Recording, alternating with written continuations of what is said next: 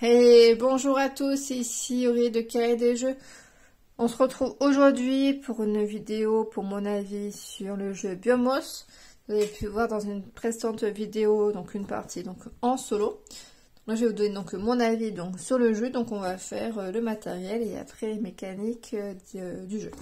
Là, au niveau de la boîte, moi j'aime bien quand on ne prend pas trop de place, donc là c'est le cas, c'est pas trop gros. La boîte est assez jolie. On va passer donc, au contenu. Donc on a un ponchon. Déjà ça c'est vraiment bien. C'est pas du plastique. C'est pas un truc qu'on doit rajouter à côté. Donc en plus voilà, il est en tissu. Il est pas mal. Donc on a les jetons qui sont simples. Qui sont donc en carton mais qui sont quand même donc assez épais. Ils sont assez faciles donc à manipuler. Donc ensuite donc on a des cartes qui sont relativement jolies. Moi ce que j'apprécie c'est le fait que ce ne soit pas non plus des dessins totalement donc aléatoires. C'est ça correspond donc à la compétence, capacité qui est indiquée dessus. Là par exemple on a les montagnes, on retrouve des montagnes donc sur la carte. Là par exemple on a montagne et forêt, on retrouve la montagne avec de la végétation. Ou là donc c'est que donc la mer, l'océan, l'eau.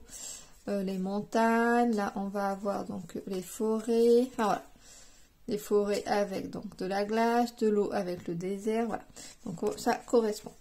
Les cartes sont relativement jolies, relativement de qualité assez simple quand même, on va pas non plus pouvoir dire grand chose là-dessus, c'est pas tissé, il n'y a pas grand chose, bon la qualité n'est peut-être pas non plus ouf par rapport donc aux cartes, mais ça dérange pas trop parce qu'on les manipule pas tant que ça, elles sont posées, c'est juste que de temps en temps on en prend une et puis voilà. On n'a pas beaucoup de manipulation sur les cartes.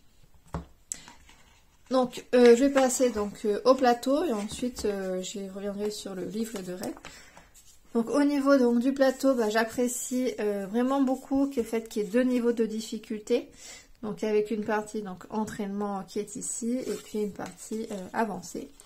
Avec donc là vraiment très sympathique avec des plateaux qui sont certes similaires mais qui ont quand même des caractéristiques différentes. Donc ça c'est bien parce que c'est pas non plus trop compliqué si on change de plateau en faisant plusieurs parties et puis pour les joueurs non habitués au jeu on peut aussi facilement donc se repérer en fait.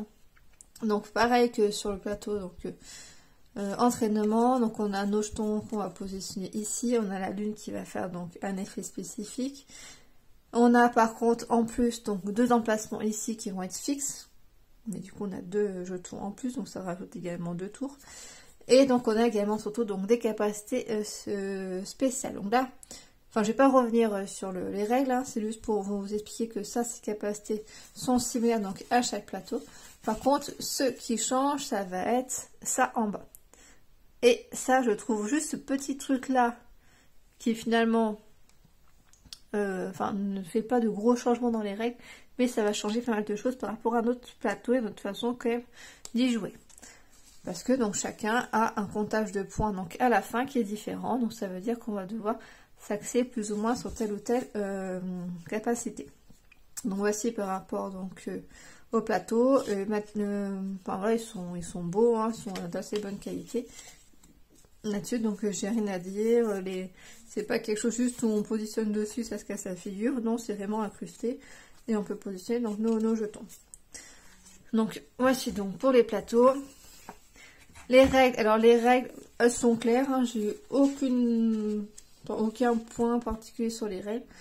Peut-être un peu trop de couleurs dans tous les sens, mais bon, après, là, ça va, mais là, c'était un peu sombre, un peu, voilà, parfois, un peu beaucoup de couleurs. Mais après, voilà, pour le coup, c'est plaisant, ça donne envie, c'est sympa, je trouve que c'est assez agréable. Donc, les règles sont claires, de mode de jeu, donc c'est pas mal. Donc c'est un jeu auquel, pareil, hein, je pensais pas non plus spécialement faire pas mal de parties, puis finalement je me prends très facilement en jeu parce que les parties sont courtes, les règles sont simples, la mise en place est très très simple. Donc ça franchement j'ai beaucoup apprécié.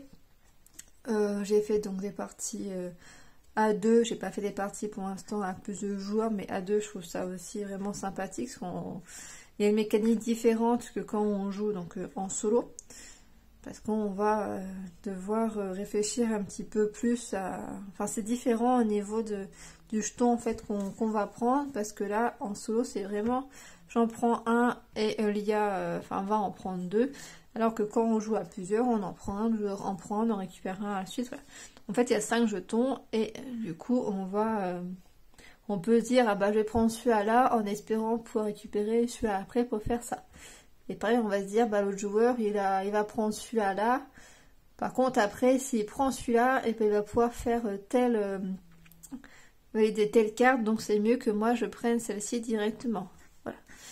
Donc après, bon, à deux, il n'y a plus cette réflexion-là. Après, à plusieurs, je pense que c'est encore différent.